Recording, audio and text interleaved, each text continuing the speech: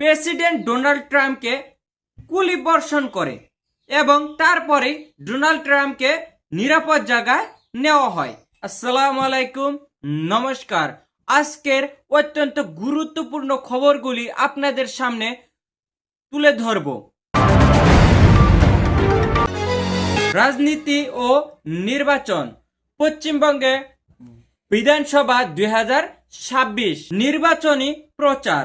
পশ্চিমবঙ্গে আজ আমাদের প্রধানমন্ত্রী নিজে প্রচার চালাবেন এবং কেন্দ্রীয় স্বরাষ্ট্রমন্ত্রী অমিত শাহ নিজে পশ্চিমবঙ্গে প্রচার চালাবেন।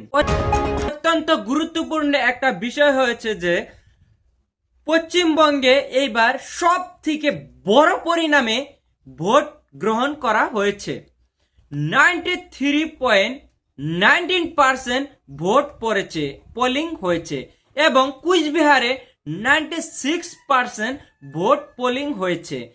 এটা অতি আশ্চর্যকর এবং স্বাধীনতার পরে এটা প্রথম হিস্টোরি করেছেন।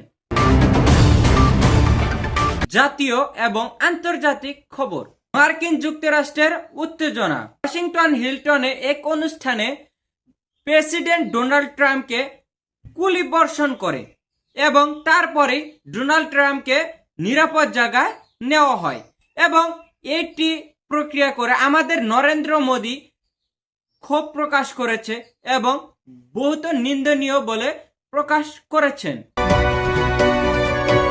খেলাধুলা।